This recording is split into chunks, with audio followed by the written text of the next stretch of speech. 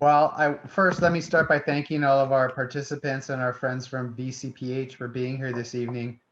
I also want to point out that we do have some board members with us this evening, Board President Lomax and board members Sabrina Rodriguez and Dr. Jerry Dannenberg. Thanks for being here with us this evening.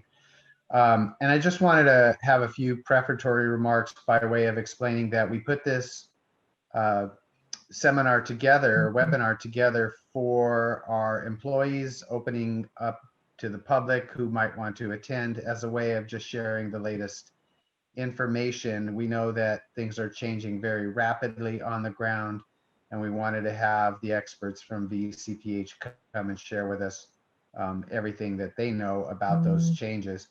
I wanted to add that the intent is not so much this evening to answer questions about school reopening. A lot of that will happen tomorrow night at our board meeting. And some of the questions that you might have might still be being bargained through the collective bargaining process. So we'll try to steer clear of those issues. And if there are questions that we can't answer, then of course we're going to answer them. So with that, I just wanted to welcome everybody to the program this evening. Marianne? Great, thank you. And I'm actually going to turn it over to Salita Dabrowski, who's with Ventura County Public Health. I believe you have the ability to share your screen, so I'm going to turn it right over to you because I know you have a very in-depth presentation and we have till about 5:50 this evening, so I want to make sure that we honor your time.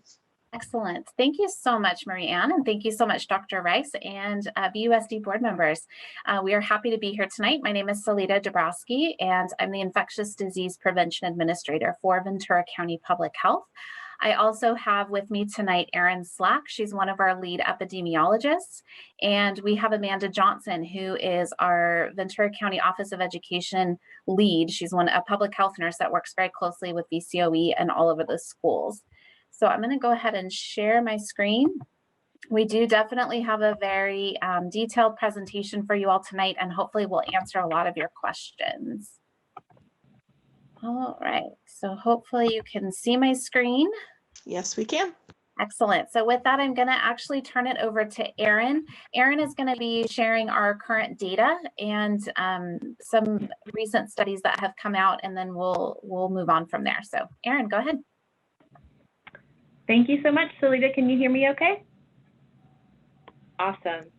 As Salita said, I'm an epidemiologist here at Ventura County Public Health. I'm actually the maternal, child, and adolescent health epidemiologist. But for the past year, I've been redeployed to the COVID response. So that's taken up most of my time as an epidemiologist over the last year. And I'm really excited to be here tonight. I'm actually the parent of a Montalvo first grader. And so I'm really happy to be able to present to the school district. So if you want to go to the next slide, Salita. So for most of the presentations that we've given during the past year with the school districts and really just to all of our partner agencies, I've always said that the only thing constant with COVID is change. That's true in today's presentation as well. Salita and I were actually early this morning making some edits to the presentation based on new information that we got. And at the health department, we're constantly reviewing new studies and data available to us. And we take in this new data and we change our approach and our practice as well. And as a community, I think it's really important for us to remember that what we knew in March 2020 is different than what we know now in March 2021. And we must take in and adapt our behavior based on this new information. So what you see in this slide here, you may be familiar with on vcrecovers.org, which is our website with the most up-to-date Ventura County COVID response information. This is the first page of our Power BI application. And this shows our state monitoring metrics. And these are really important to the school districts because it allows us to know when we can open, and there's different thresholds by which the different grade levels can open. Currently, if we're under a case rate of 25, the K through 6 schools are eligible to open. And then with the current threshold that we're at, under 10, that allows secondary schools to open up. This data that you see here, the 7-day average case rate per 100,000, was what was reported out by the California Department of Public Health last Tuesday. We were at 6.5, which qualified us to move into the red tier. We've had some recent changes in the blueprint tier metrics because the state reached a threshold of 2 million vaccines being distributed in the lower healthy places index quartile communities. And those are our communities that have been most heavily impacted by COVID. And once we hit that 2 million mark for doses administered, they changed the blueprint metrics to reflect a new case rate threshold. So instead of being 7 and above was the purple tier, now it's 10 and above. And because of that change, we were actually able to move into the red tier last week.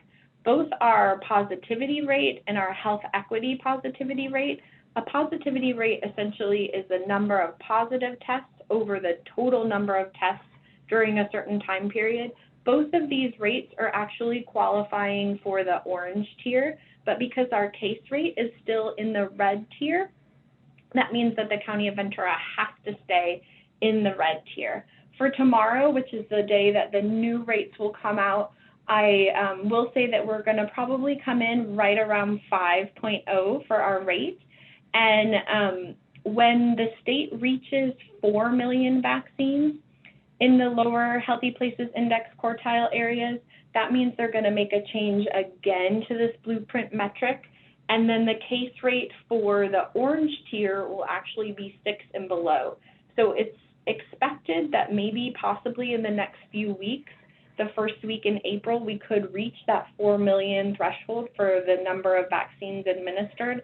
And so then that new threshold would be instituted for the case rate.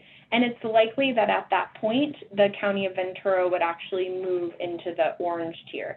We've never been in the orange tier before since the blueprint metrics were put in place in August. So this will be really exciting for us.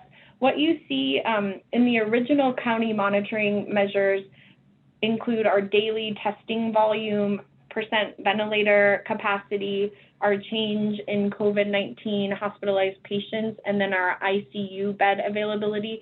These were some of the original monitoring metrics that first were put forth by the state when we began opening up last year. So if you want to go to the next slide, Salita. I'm just going to share a little bit of trend data with you. This slide shows our daily case rate and testing rate per 100,000 population through March 21st. You'll see here 3 different line graphs. The purple line graph is our testing rate. The green line graph is our unadjusted case rate. And then the kind of burnt orange color is our case rate with a linear adjustment for testing. Because we have to always make things more complicated for us, we actually get an adjustment to our rate that's reported based upon our testing volume. And the reason that this happens is because if you see here, the more people that you're testing, the more likelihood that you're going to have a higher case rate. And so when the state put in these monitoring metrics, they saw that some of the counties under the blueprint were actually closing some of the testing locations in order to reduce the amount of people that were testing so that their case rate would go down and they could go into a less restrictive tier. And so what they decided to do was give a positive adjustment on the case rate the more people that you're testing. So for instance, if the state median is 300 for your testing volume per 100,000 population and Ventura County tests 600 people per 100,000 population, then we get a 50% reduction in our overall case rate. So if our case rate was 12 and we had 2 times the state median, our actual adjusted rate would be 6. And you'll see that as testing volume does go down, the case rate goes down, but also our adjustment goes down. And I will point out that it's kind of hard to think about when you're looking at rates and per 100,000 population, how that equates to the number of cases. But as of Friday, our most recent surveillance report, when we were doing these slides this morning, we only had that available to us. But at that point, we actually only had 258 active cases of coronavirus in the entire county of Ventura. And so when you think about that, it's really unlikely that you're going to actually run into somebody in Ventura County that has COVID. And, you know, essentially, if they know it, they should be isolating, and you'd be less likely to encounter them. So our case rate is really dropping. And as our vaccinations go up, our case rate is subsequently dropping from the surge that we saw in January. So if you want to go to the next slide, Salida.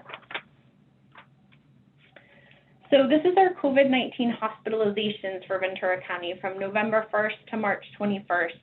And just like we saw in our case rate beginning in November, we started to see our hospitalizations increase.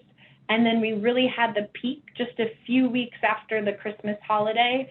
And at that point, we had, you know, over 400 people in the hospital that were COVID positive. Today, I will say that we only have 34 patients in all of our 8 hospitals that are COVID positive in the hospital. And of those 34, 11 are currently in the ICU.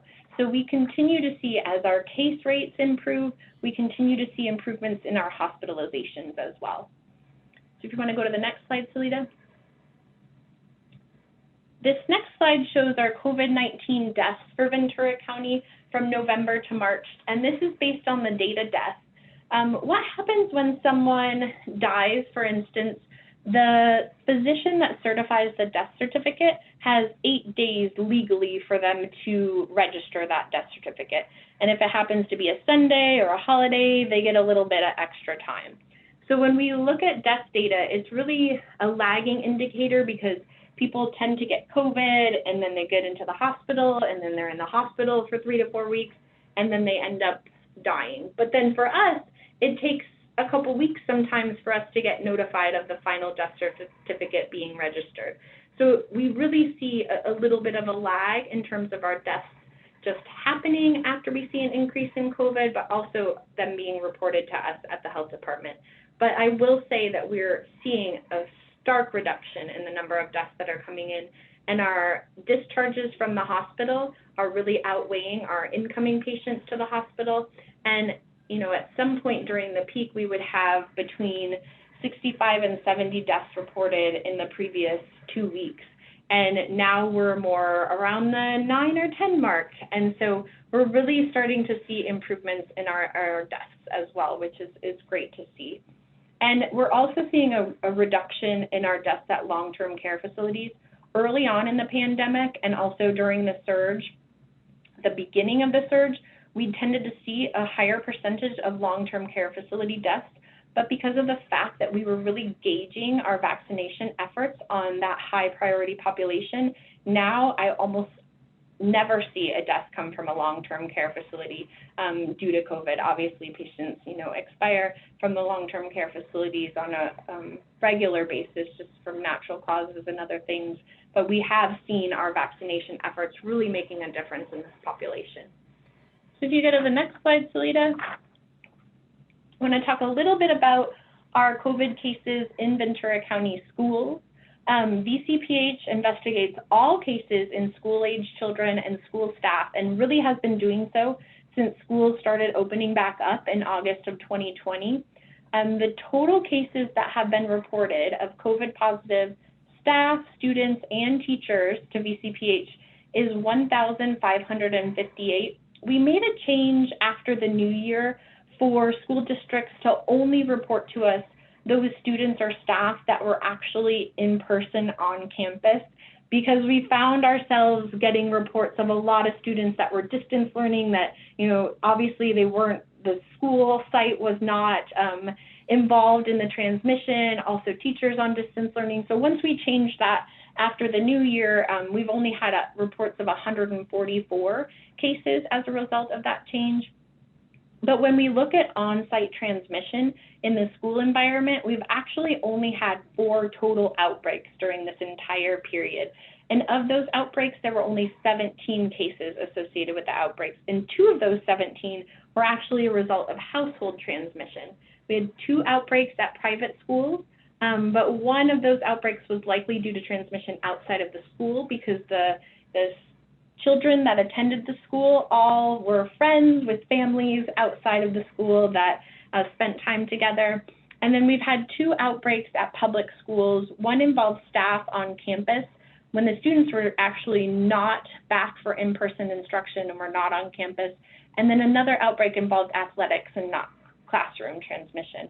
And I will say that at VUSD, we have not had any outbreaks at VUSD as a result of on-campus transmission. So whatever you guys are doing in terms of implementing mitigation measures, it's really working. And we're seeing, you know, a very small number of cases, even in VUSD students, and none as a result of on-campus transmission. So you're doing a really great job in all of the schools that are open for in-person instruction. So if you want to go to the next slide, Salita.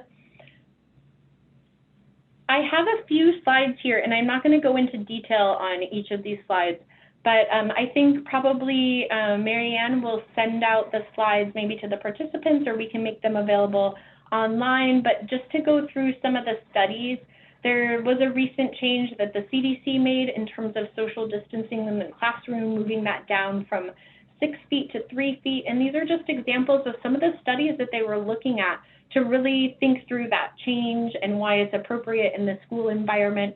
This one is a big study that they looked at in Massachusetts, which included 251 school districts and over 500,000 students and almost 100,000 staff. And in that, they really showed that case rates were similar in districts with 3 feet of distancing versus 6 feet of distancing. And there was no difference in transmission in the school environment as a result of that, lowering the physical distancing policies. And it really didn't, as long as they had masking mandates in place, it didn't negatively impact student or staff safety. So if you want to go to the next slide, Salita. This is a study out of North Carolina, and they were really looking at secondary transmission of SARS-CoV during the first 9 weeks of returning to in-person instruction. And so through case investigation, they did a lot of interviews with the North Carolina Department of Public Health. And the big find from this study was that they found no instances of child to adult transmission were reported within the schools as a result of their contact tracing. So they really found that there was extremely limited within school secondary transmission of SARS-CoV, and they determined this through contact tracing. So that's great news for us. You know, we recommend the 6 feet of distance between the staff member and the child, but it's still no child to adult transmission were reported within any of the school districts that were studied in North Carolina. So if you want to go to the next slide, Salita. This is another study out of Salt Lake City, Utah, and this is in the elementary schools. And this was a recent study where they were investigating transmission in 20 elementary schools. And this was at a time where they had high community transmission. So these schools were open during a time when SARS-CoV was rampant in the community. And what they found was a very low secondary attack rate. So the conclusion was really that in-person elementary schools could be open safely with minimal in-school transmission. And with this study as well, they found that there was high mask utilization, but they were not maintaining the 6 feet. It was closer to 3 feet in the classroom for all of these studies here. And so these are the type of things, and this is a CDC Morbidity and Mortality Weekly early release that just came out, I believe, yesterday. So this is the type of things that the CDC is looking at. These are the studies that they're looking at to determine the social distancing requirements in the classroom. So if you want to go to the next slide, Salita.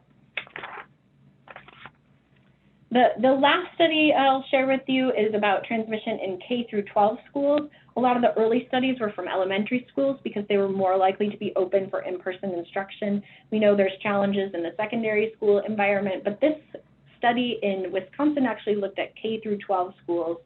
And what they found is that universal masking use and establishing groups of students really helped, and they found high compliance rates with their masking and really very low spread.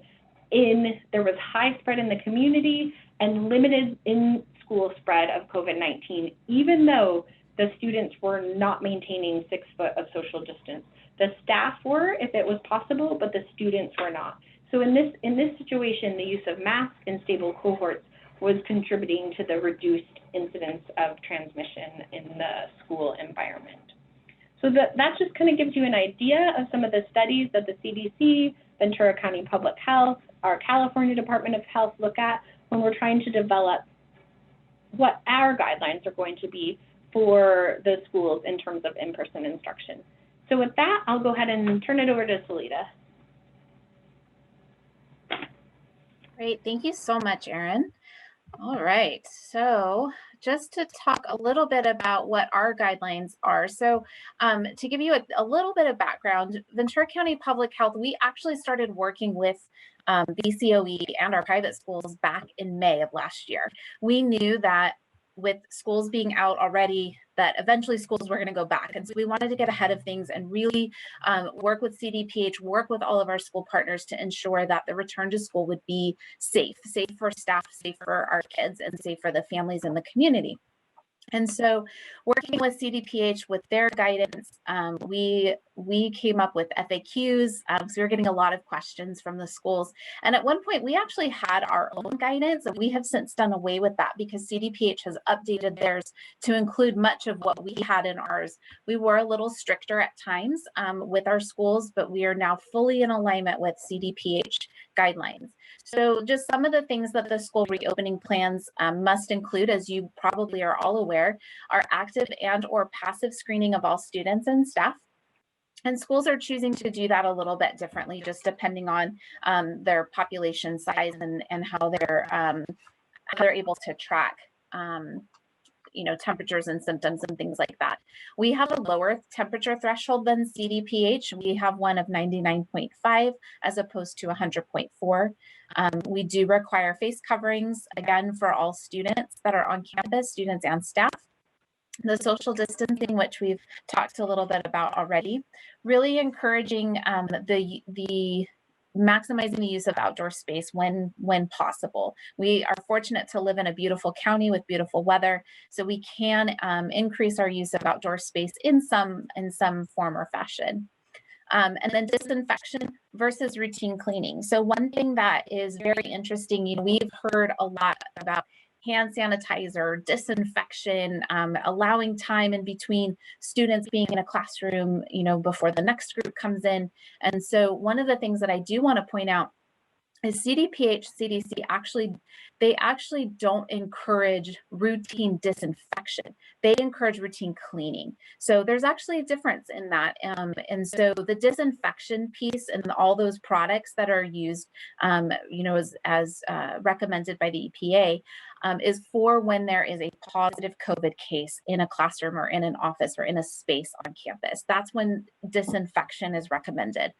Whereas routine cleaning of high touch surfaces, just, wiping things down, soap and water, sanitizing wipes to wipe down those high touch areas in between classes or, periodically throughout the day is what is recommended and required by CDPH. So there's definitely a difference between disinfection and routine cleaning. I will say I've worked for public health for over 16 years, and I never thought that I would know as much as I do about differences in terminology, disinfection, cleaning, routine cleaning, even ventilation, learning a lot more about ventilation systems than I ever thought I wanted to know. And then the other piece of our guidelines too is with the contact tracing being very, very important in this case. And our school partners have been wonderful at helping us with this. So I want to share something from Dr. Jean Noble. She's a professor of emergency medicine and the director of the University of California, San Francisco's COVID response. So she's pretty high up there and been very involved in all of this since the very beginning.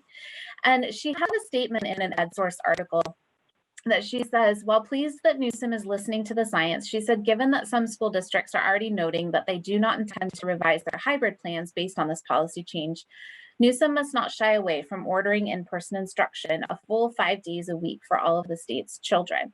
So one of the things, the reason I'm pointing this out is that in looking at the science and looking at social distancing guidelines and looking at all these mitigation measures that we've had in place now for a year and have tweaked and modified over this past year, with all the new information that's coming out. We in public health feel very, very confident that students can return to the classroom safely, that staff can return to the classroom safely because of all of these other mitigation measures that are in place. And so it is our hope that we can see, continue to see more children returning to in-person instruction. So in saying that, you know, again, Erin talked a little bit about social distancing with those studies. We are fully in alignment with California Department of Public Health, and that student chairs should not be less than 3 feet apart. That is a change even from last week. We anticipated this was coming out. We were 6 feet, and then it was 4, and now it is 3. So this, you know, given all of these studies, 3 feet is acceptable between student chairs. The distance between teacher and staff desks still must be 6 feet apart, and they must be 6 feet apart from students. And part of that is Cal OSHA requirements. So Cal OSHA does play a part when it comes to school staff. And again, all prevention and mitigation measures such as adequate ventilation, mask wearing, hand washing, symptom screening should be adhered to at all times while on school campus. All right. Oops. I think I was trying to open a link. Didn't mean to do that. So we've come out in collaboration with VCOE with several tools to really help our school staff to be able to identify staff and students that maybe aren't feeling 100%. So we have, this is the top half of our student symptom decision tree. We make it really simple. We actually have this posted on VenturaCountyRecovers.org website as well for parents. And it is, we're working on it being done in Spanish. We're also working on a school staff one as well, so that school staff can use something a little bit different than what we use for students. And then the other thing too that has really helped with our partnership with all of our schools in Ventura County is that we have created a liaison system. So we have asked all of the schools in Ventura County, the districts, the public school districts, as well as our private schools, to identify at least 2 liaisons to work directly with us. And this was really to help streamline communication so that questions would funnel up to the school liaisons and then on to our COVID schools team. And so what those liaisons are helping us with are to monitor absenteeism of staff and students, to identify any potential trends. They assist us with contact tracing for those contacts that happen on campus. We take care of all the ones that happen off campus. They provide communication to families and staff, and they collaborate very closely with us. So we also have a COVID schools team that you know, is made up of public health nurses, but we also have dedicated case investigators and contact tracers that work specifically with our school liaisons across the district. To go over some of the reopening updates, K-6 schools were eligible to reopen as of February 22nd, and secondary schools were eligible to open as of March 17th when we entered the red tier. And so we really are encouraging schools to submit their reopening plans, their COVID safety plan to us, so we have it on file so we can provide very close, tight support for those school districts with their plans. We do encourage the return to in-person instruction to prevent further educational inequities in our community. As you all know, the best place for students to receive their education is in the classroom. And so we know that you are all working hard, as well as we are on the public health side, to ensure that students and staff can return to classrooms safely. And it's been proven that with these prevention and mitigation measures put in place, on-campus transmission remains low, even when there is high community transmission. So we've been keeping track of our, of our schools and kind of where we're at. So this is just where we're at with our schools. What's really nice is we've seen a shift from a lot of schools were in the third column that were not open for in-person instruction and hadn't submitted their COVID safety plan. And they've slowly been moving over to the open for in-person instruction with a plan in place. So happy to see the columns kind of shifting gears here. And we're working very closely with them to ensure that these plans can be safely implemented. School sports has really been a hot topic. We left this in here, but you can get more information on our website. I really want to make sure that we have plenty of time for questions. So the youth sports information, now that we're in the red tier, And as you all know, with the state guidance has really opened up. So a lot of our youth athletes are back out there practicing, playing, and competing with one another. And it's going well. They're learning a lot of things about this routine testing process that they have to go through following the higher education testing guidance. Okay, so just to talk a little bit about the vaccine. So, you know, we have all 3 vaccines here in Ventura County. We have the Pfizer and the Moderna, and the Johnson & Johnson just became available fairly recently. And any individual that's eligible for the vaccine can go to VenturaCountyRecovers.org to register, or the state's vaccine platform. We're just switching over to myturn.gov. And the criteria, obviously they have to fit in the tier or the phase that's currently eligible, and they must live or work in Ventura County, and they are being asked to provide proof of that when they show up for their vaccine. So, you know, we're vaccinating still 65 plus, although we've, you know, really made some great headway there. 16 to 64 with certain severe health conditions that just opened up recently. And then all of our essential workers that are in healthcare, education and childcare, food and agriculture, and emergency services. And we have done, you know, I don't know what the update is for today. I think yesterday we had, we're close to 200 million, I wish, 200,000 in Ventura County. I have million on the brain because of our vaccine thresholds for switching the blueprint metrics. So we're really making a lot of good headway here. And the plan, hopefully, it sounds like early May that vaccines will be open to any qualifying adolescent 16 and up or adult that wants a vaccine. So we're, you know, production is increasing across the US, and they're really making a big push to just open it up to everybody. So hopefully we're going to see that really soon. We're doing a really great job here in Ventura County of getting our residents vaccinated. And so, you know, hopefully that will continue. And hopefully for those of you that are here that are part of the education staff, you've gotten your vaccine, at least your first one. And so the CDC does have some interim guidance right now on those that are fully vaccinated. And the reason why I put this in here is, you know, I just wanted to be able to show really seeing great success with this vaccine, that it is successful at preventing severe COVID illness or even COVID illness in general. And so this is just some of the interim guidance that CDC has come out. They do still encourage routine testing if it is required by a person's employer. So right now, school staff are being routinely tested, as you all know. And testing is still open. We're starting to lessen the amount of testing in Ventura County, at least, you know, condensing our sites because we don't have as much demand right now. But we know that with our education system, routine testing is still being required, as well as some of our other populations. They're doing routine testing as well. So I just want to remind everybody that VenturaCountyRecovers.org is the place to get the latest, greatest information. There is a school information tab on there, and we do our best to keep those documents updated as frequently as we need to. We've updated the school FAQ document multiple times in the last few weeks to try to identify and respond to all the questions that we get from the schools.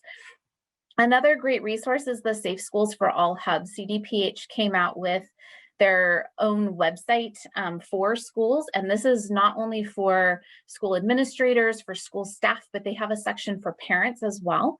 And they have a lot of really great resources and information on there that is applicable to the entire state of California. So I encourage you to check out both resources. You know, if you have questions or, you know, just want more information, this is a great place to go.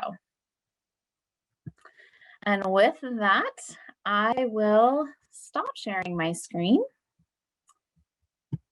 And hopefully we have some good questions in here. You do, absolutely. Thank you, Salita, so much for providing us with all of that information. I know it helps me, and I'm sure it helps everyone else as well. If you can just quickly speak about the new update to band and choir, because that was something that is going out from the schools. The schools were told today, but if you want to, I know there was a question here, if you want to just touch on that really quick. Yes, definitely. So yes, a lot happened on Friday evening into Saturday with regard to things like band, choir, drama, sideline cheer, dance, all of that. So CDPH is actually going to be releasing what they're calling live performance guidance. They love their guidance documents, so which is good. It answers questions. So that hopefully will be coming out in the next couple of days. Band is permitted.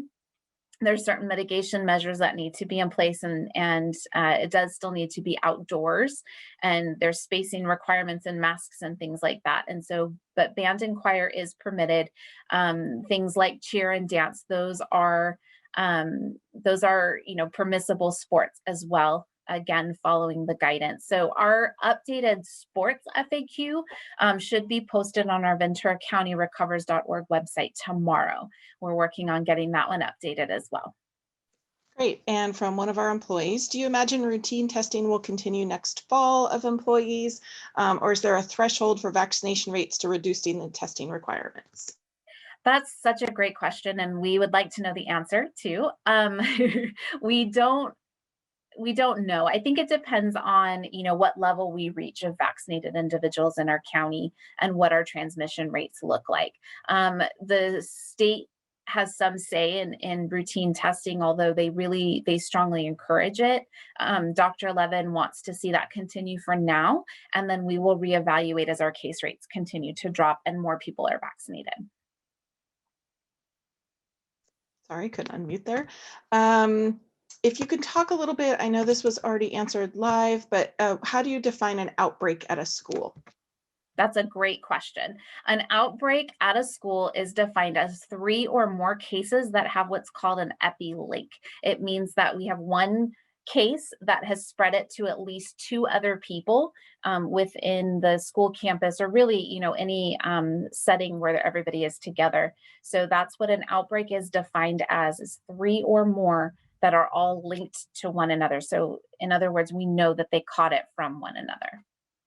Great, thank you. And I'm not sure where this comes from. Well, it says from CDC updates operational strategy for K12 schools to reflect new evidence on physical distance in classroom, unquote. Must be one of the guidelines they've sent out.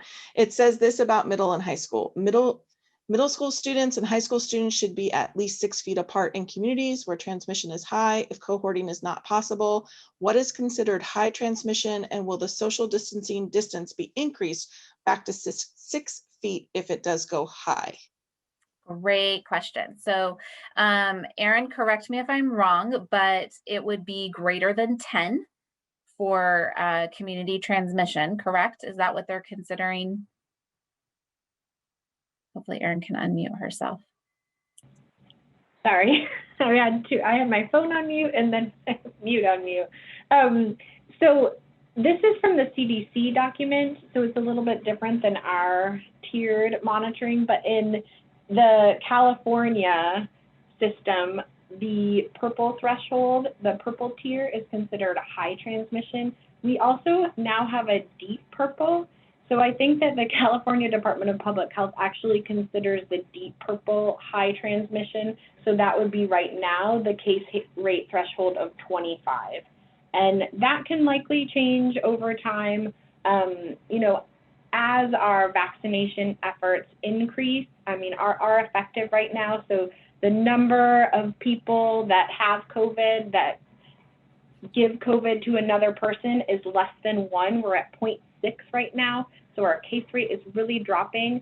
We have some modeling that we're doing with the California Department of Public Health that really shows that we could reach herd immunity in Ventura County as early as June, as late as September. So, for the short term, I don't really see us going back into that deep purple, that above the 25 case rate threshold here in Ventura County with the information that we have available to us right now. Thank you. If anyone has any other questions, please put them in the Q&A. We're getting close to finishing them up.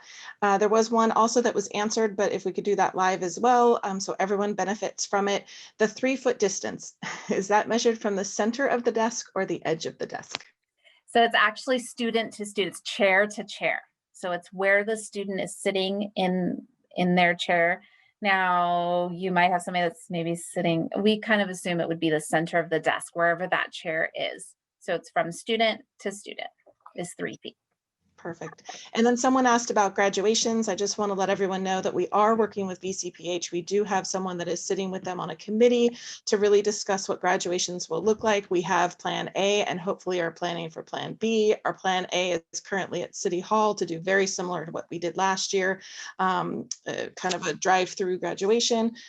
Plan B could potentially be at the schools, but again, we will be discussing that with VCPH as we get closer to that time. And we'll be giving that information out. I don't see any other Q&A. So I think at this time, if there's anything else you'd like to add, or Dr. Rice, anything you want to ask before we end? Well, first, just let me thank Salida and Aaron for all their wonderful information. You guys did a great job. Very helpful. Thank you.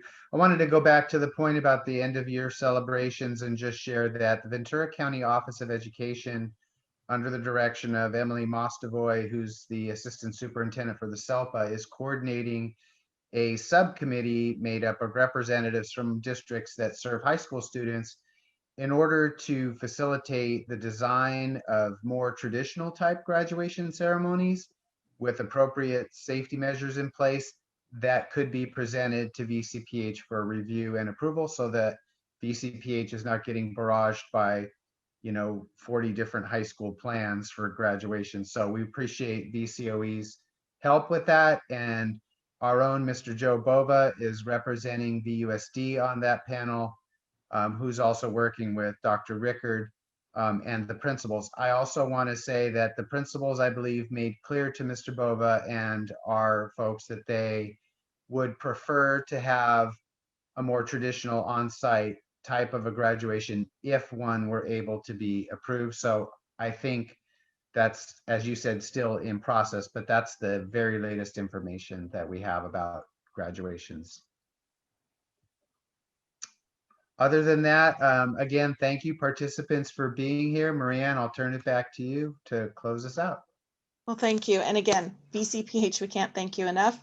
We'll be sharing out your information, the PowerPoint slides, and make sure that everyone gets that information because I know they've been very interested in it. So thank you. Thank you to all of our panelists who joined us tonight, but most importantly to all of our attendees.